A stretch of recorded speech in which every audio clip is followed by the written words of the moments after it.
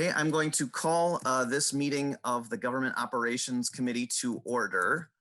Today is May 8th, 2020. This meeting is being conducted pursuant to House Rule 10.01, allowing for remote debate. Can Ms. Somick confirm that we have a quorum? You have a quorum, Chair. Thank you. So then the first item on the agenda is the approval of the minutes for the May 5th, 2020 meeting of the Government Operations Committee. I will move approval of the May 5th minutes. Is there any discussion?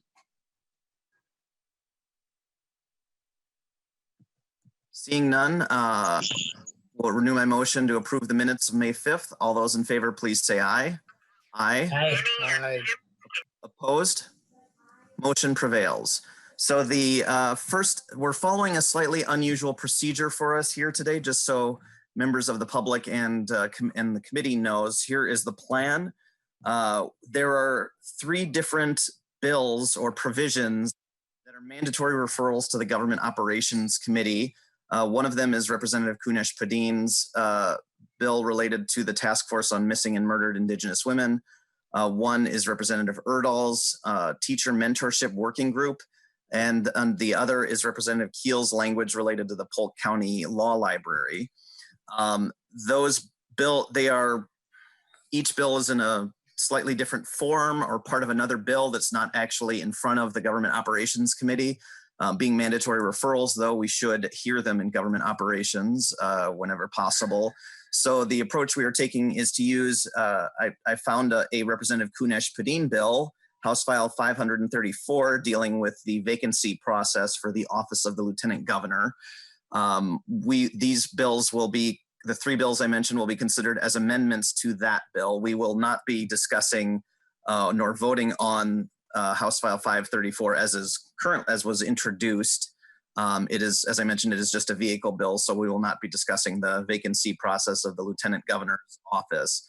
I'll just move the bill to the General Register. We will consider the 3 different provisions as amendments to that bill, and then I will lay the bill over.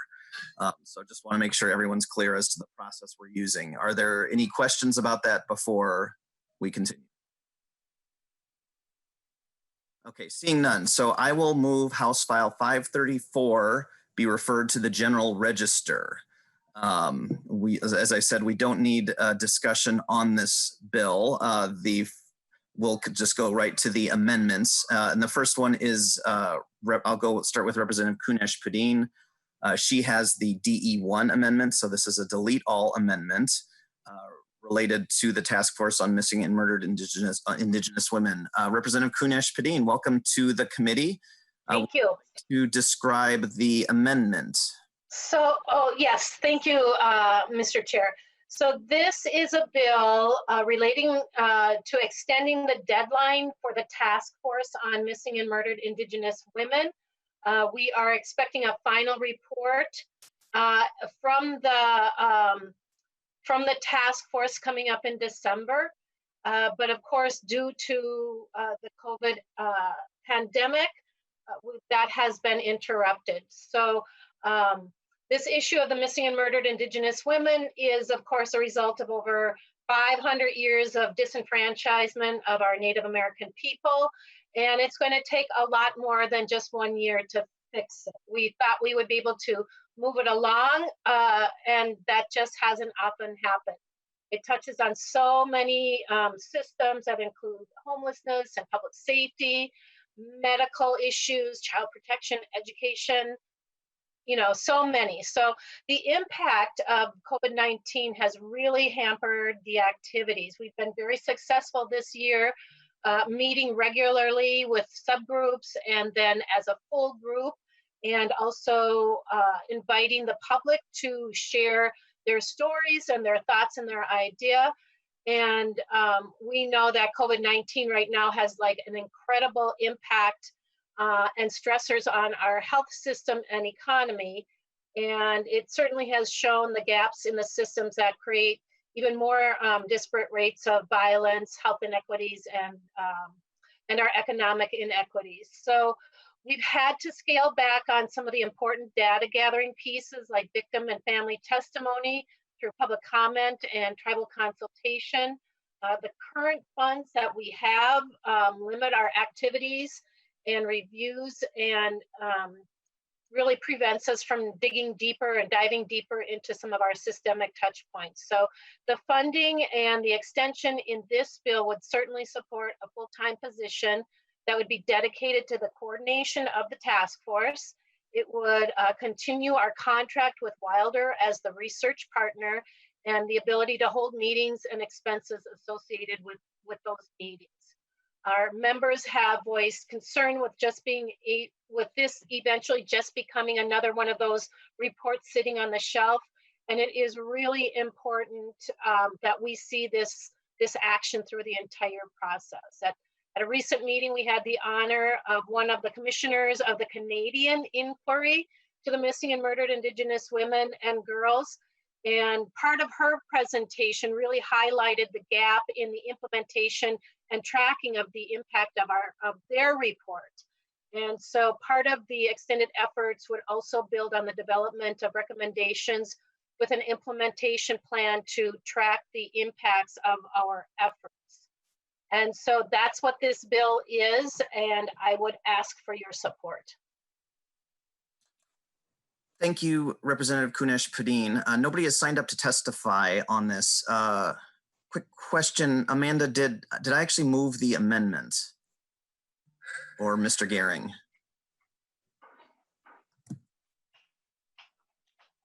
Mr. Chair, the way I heard it was just that you mentioned that you're going to go to the DE1 first, so I would maybe make the motion clearly right now. Sure, so I will move the DE1 amendment so it is properly before us. Thank you. Yep, thank you. Is there any member discussion to this amendment?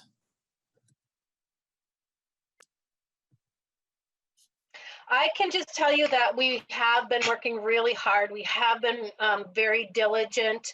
You know, it's not surprising that as we dig deeper into this, there's more to it and more folks to listen to in order that we create a really well-rounded, well-responded report. And the fact that we're not able to meet in person, we're not able to get out to greater Minnesota to meet with folks, that this has had such a long-term generational impact has really made the difference.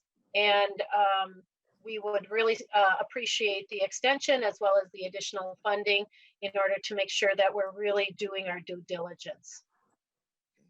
Thank you, Representative Kunesh-Podein. Representative Nelson, did you have a question? I guess my question is, where is this? We're just hearing this. We're not moving it any place. Where is this bill being currently now, and what bill number we attached to on it, as far as the piece that you're putting here about extending the deadline? Yeah, Sure. the bill number is 46. Oh, I'm sorry. Sure. Go ahead. Oh, the bill number is 4634, and it will hopefully move on to public safety. Yep. I believe it was referred to the Public Safety Committee, so it's already there. And this amendment before us is only the provisions germane to government operations. I understand that. I guess who's the author of that bill? So I can look that up too. But I am the author. Okay. I'm sorry, Chair. I am the author. Representative Nelson? I'll talk to the Representative Kunesh-Podein afterwards, because there's another issue that has risen and another about extending a deadline, and maybe we can put that onto your bill there too. Okay, sounds good. Is there any additional member discussion? Representative Nash. Thank you, Mr. Chair. And Representative Kunesh-Podein just talked about additional funding. I know that's not germane, but is that in this amendment? Because I will be honest, I don't have the amendment in front of me. It is. Having a little bit of technology issue out here in Waconia right now. But so is there funding in this? And if so, why? Because we're not a finance committee. Representative Kunesh-Podein. Thank you, Mr. Chair, and thank you, Representative. There is some additional funding request.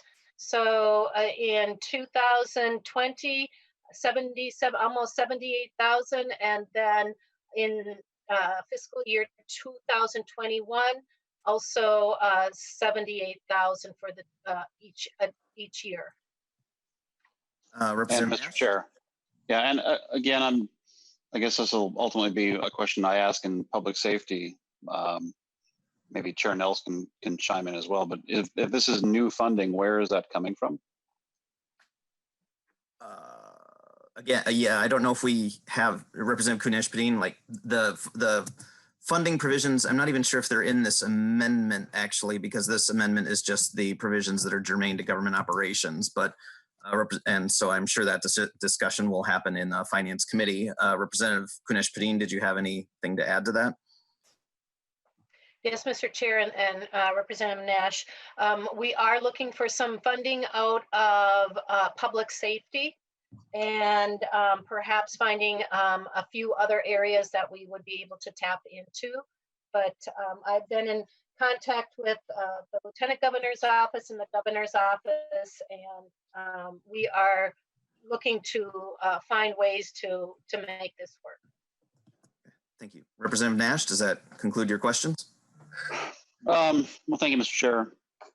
We can bring that up at a Finance Committee hearing. I mean, certainly, Representative Kunesh-Podein, I've supported your efforts thus far, and do think this is a worthy conversation and worthy effort. I'm just, you know, in light of what we've seen this week, I'm just trying to ask the same question of every bill that comes forward with net new funding, and just trying to keep that all straight in my head, because if I'm going to vote on something, and I guess we won't be voting on this since it's being laid over, I just want to make sure that I'm able to defend and understand and then defend a vote one way or another on something that requires new funding. Just to be clear, Representative Nash, we will be voting on this amendment. So there will be a vote here. The bill ultimately will be over though, but I did confirm that there is, in fact, this amendment does not actually have the financial piece in it. This is just the provisions relevant to government operations. I don't know if that influences your decision. I thought I would mention that. Yep. Thank you, Mr. Chair. Mm-hmm. Representative Tice. Thank you, Mr. Chair. And I just want to thank you again, Representative Kunesh-Podein. We've heard this, what, a couple years now, 3-4 years? And every time you've come before the committee and we've heard folks testify, it just, quite frankly, blows my mind that this is still happening and we haven't done anything. And I appreciate that you're bringing this first and forward to our attention again. Just really appreciate the work you're doing. And actually, I'm quite I'm quite excited. I'm hoping that we hear good things come out of the task force so that we can have some measurable results, or whatever you want to call them, so that we can just feel like, you know what, we are making a difference to women. And I just can't thank you enough for that. So I'll be voting for you. Thank you, Representative Tice. I don't have any other members on the list. Did you have any closing remarks, Representative Kunesh-Podein? Oh, thank you, Mr. Chair, and thank you, committee. Representative Nash, I hear you and I understand you. It was not easy to have to come back again and ask for additional funding, but you know how it is. You get into a project and you realize that not only have you underestimated the impact emotionally and policy-wise, but also financially. And thank you, Representative Teese, for that encouragement. It's the stories that we're hearing are very similar to the ones that we heard when we were in committees. So we're hoping for, when we say a positive outcome, that we are able to make some positive policy and departmental and societal changes. And we just need a little bit more help to get there. So I appreciate all of the support we can get. Thank you, Representative Kunesh-Podein. With that, we should probably do a roll call on the 3 amendments before us, because they are essentially bills. So could the clerk please take the roll on the, actually, a quick question, a parliamentary question, maybe Mr. Gehring. Should we vote If we vote on the DE1 amendment now, can we still consider subsequent amendments to it, or do we have to wait until the secondary amendments have been voted on before we can take the final vote on the DE amendment? Mr. Chair, I think you could probably handle it either way because of the process you're using today. I mean, the usual practice would be to adopt the subsequent amendments and then do the DE as amended at the end. Okay. If either option is parliamentarily acceptable, I think maybe I'll just take the vote on this amendment now, so Representative Kunesh-Podein can continue with her day. So would that be acceptable? Mr. Chair, I think that's fine as long as you're being clear about what your process is. Okay, so Sure. we're voting on the DE1 amendment, and we will subsequently vote on the secondary amendments to it as well. So the clerk will please take the roll on the DE1 amendment. Representative Freiberg. Yes. Representative Salk. Yes. Representative Quam. Yes. Representative Bonner. Aye. Representative Elkins. Aye. Representative Gomez. Representative Gomez. Representative Heinrich.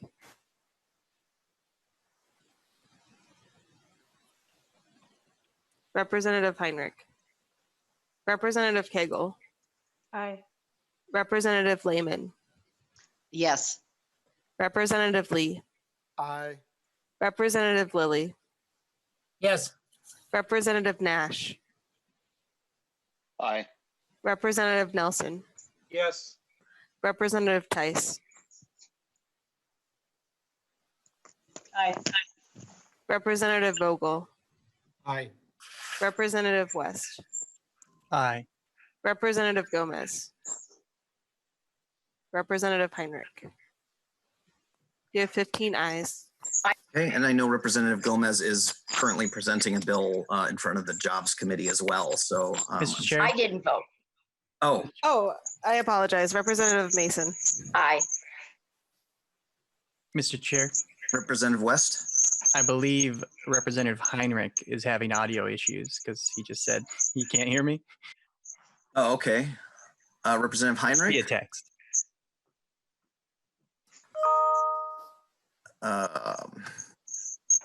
Oh, Mr. Chair, Representative Heinrich here. Representative Heinrich. Aye. Thank you. Okay, we have that. Maybe just for good measure, attempt Representative Gomez one more time. Representative Gomez. She must be in the middle of discussion of her bill. So are we at 16 ayes then and 0 nays? Is that correct, Ms. Somick? That is correct, 16. So the motion prevails. Your amendment has been adopted, Representative Kunesh-Podein. So no obligation to stick around on the Lieutenant Governor bill if you want to. But we are going to. So thank you for presenting, Representative Kunesh-Podein. Representative Erdahl. Let's see. I will move Amendment A3-1 to the bill under discussion. Okay, well, thank would you like to present your amendment, Representative Erdahl? Yes, thank you very much. And first of all, I have received a text from one of your committee members asking when Cheese Day is. And I think it's going to be a victim of COVID. So with that, I have a... Nobody likes that cheese anyway. Hey, I have a bill now, an amendment that I've been working on for quite a few years dealing with mentoring in our public school, well, all schools. But 2 out of 5 of our new teachers quit within the first 5 years. And part of that is I believe the teachers need more support, and mentoring can provide that. We now in statute encourage that schools have mentorship programs, but we don't know how many don't have them. What type of programs are there? Are there models that we could draw from to create a model that Minnesota schools could have the option to utilize? And so with that in mind, and at the suggestion of the Minnesota School Boards Association, I would like to form a task force that would deal with these questions that I just posed and be able to, I hope, provide a model for our Minnesota schools if they so choose to use regarding the support and mentoring of Minnesota teachers. So it's a simple little amendment, and it would be amended to the Chair Joachim's education policy bill. Thank you, Representative Erdahl. Yes, and I know Chair Joachim was concerned about the timing on her education bill. And so that's the reason we're hearing this as an amendment. So that the whole bill did not need to come to government operations, just so members are aware. Is there, and I don't have anybody who signed up to testify on this amendment either. Are there any member questions? Representative Bonner. Yes, actually more of a comment, I guess. I just wanted to say thank you to Representative Erdahl. I've actually in the last couple of years been off and on doing a little bit of homework around something called lesson study.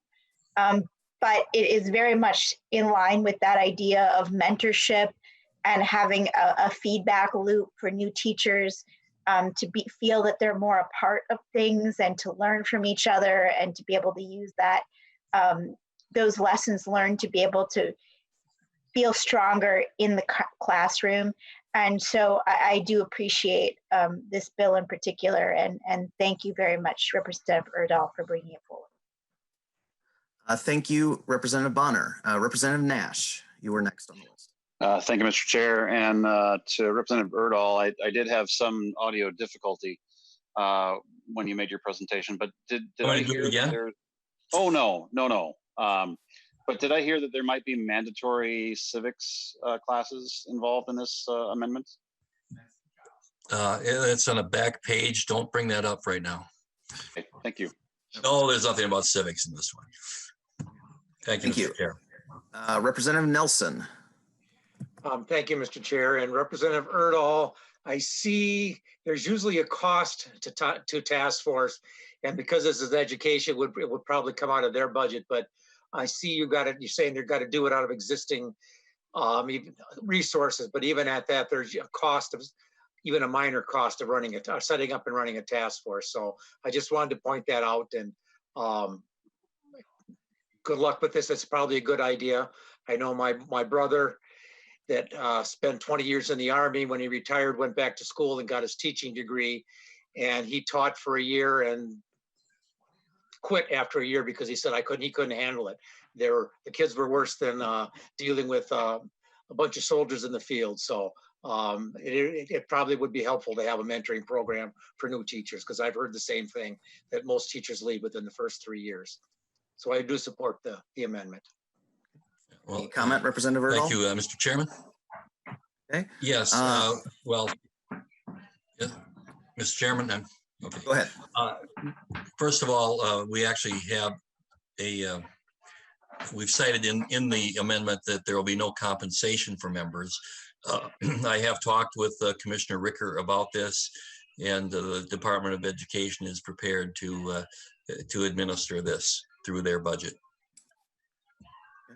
Thank you, Representative Erdahl. Finally, Representative Mason, you are on the list. Thank you. Just a little clarification. My understanding is this is a mentorship for all teachers. Is that correct? Mr. Chairman. Representative Erdahl. Representative Mason, yes, it is. Okay. And I would like to make one comment, because I've talked with some teachers that are, I guess we'd classify them as teachers of color, et cetera. And I know that this should be something that would really be helpful to them in particular. Representative Erdahl. Thank you, Mr. Chairman and Representative Mason. Actually, in the Teachers of Color legislation, there is a mentorship program which was taken from one of my bills. So yes, mentorship is important to all, certainly important to young or new teachers of color too. Okay, thank you. Mason. Mm-hmm. Okay. Thank you. Is there any additional member discussion? Seeing none, any closing remarks, Representative Erdahl? No, just if you have any prayers you could send Representative or Senator Nelson's way about how good this is, that'd be a good idea. Sounds like a plan, Representative Erdahl. With that, I will renew my motion that the committee adopt the A3-1 amendment. The clerk will take the roll. Representative Freiberg. Yes. Representative Salk. Various, New American and immigration statuses, people who work in the hospitality industry. Representative Salk. Tipped employees, young adults, college age. Sorry, Representative Salk. Yes. Representative Quam. Yes. Representative Bonner. Aye. Representative Elkins. Aye. Representative Gomez. Aye. Representative Heinrich. Aye. Representative Cagle. Aye. We think this is a very Representative Lehman. Yes. Representative Lee. Aye. Representative Lilly. Yes. Representative Mason. Aye. Representative Nash. Yes. Representative Nelson. Yes. Representative Tice. Aye. Representative Vogel. Yes. Representative West. Aye. 17 ayes, Chair. Okay. There being 17 ayes, the amendment is adopted. Thank you, Representative Erdahl. Appreciate having you before our. So finally, I will move the A2 amendment. This is Representative Keel's bill. Representative Keel, would you like to present your amendment? You are muted. Muted. Actually, I think somebody unmuted you at the same time that you unmuted yourself, and there. Are we good? Anything? Okay, yeah. I won't touch anything more. Thank you, Mr. Chair and members. I really appreciate hearing this bill.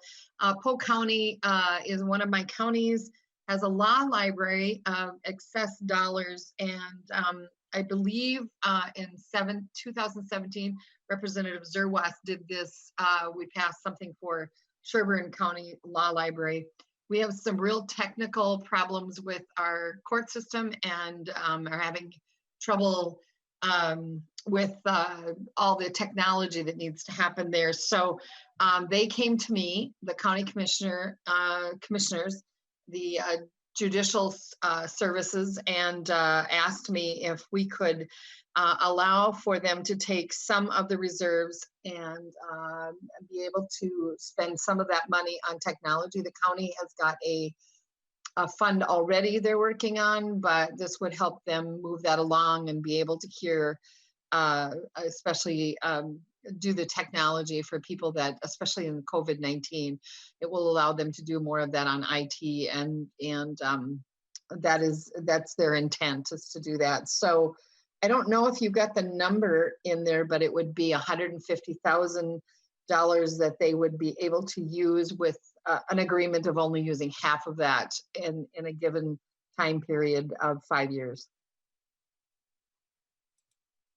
And with that, that's all. Anybody have any questions?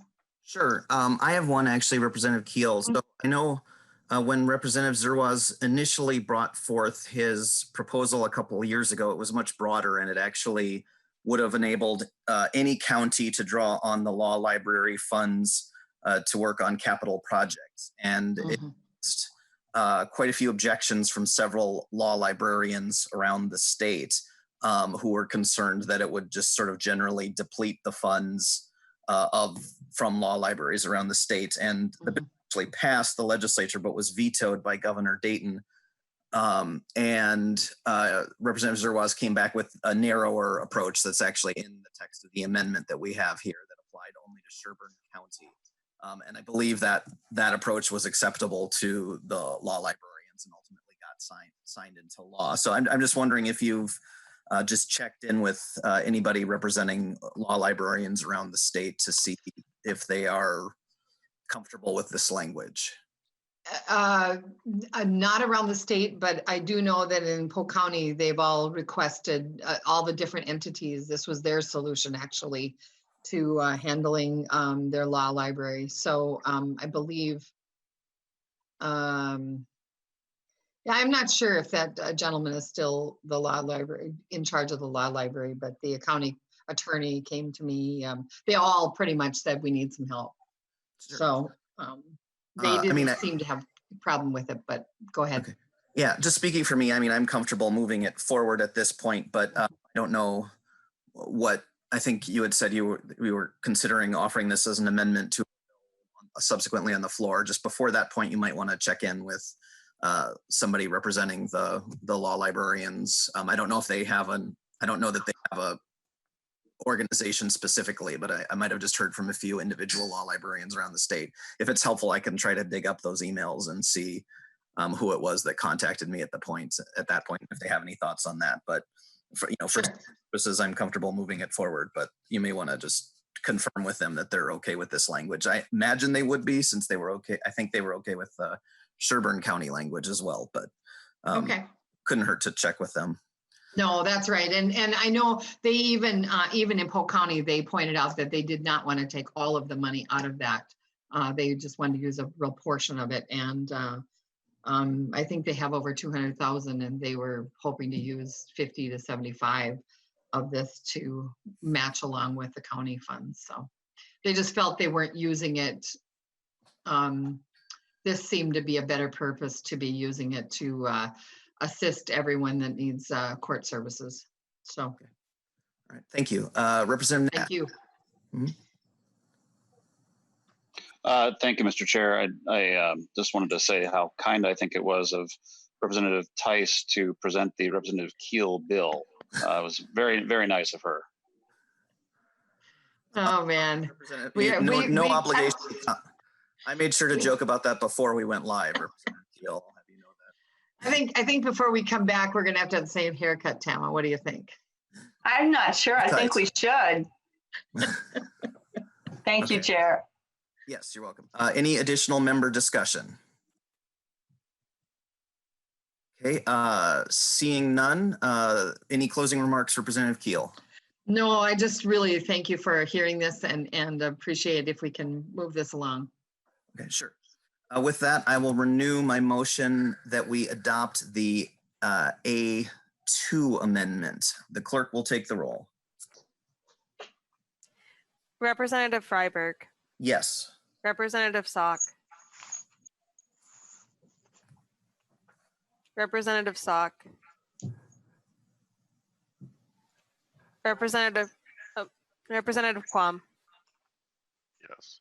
Representative Bonner. Aye. Representative Elkins. Aye. Representative Gomez. Representative Gomez. Representative Heinrich. Aye. Representative Cagle. Aye. Representative Lehman. Yes. Representative Lee. Aye. Representative Lilly. Yes. Representative Mason. Aye.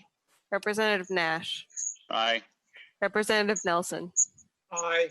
Representative Tice. Aye. Representative Vogel. Aye. Representative West. Aye.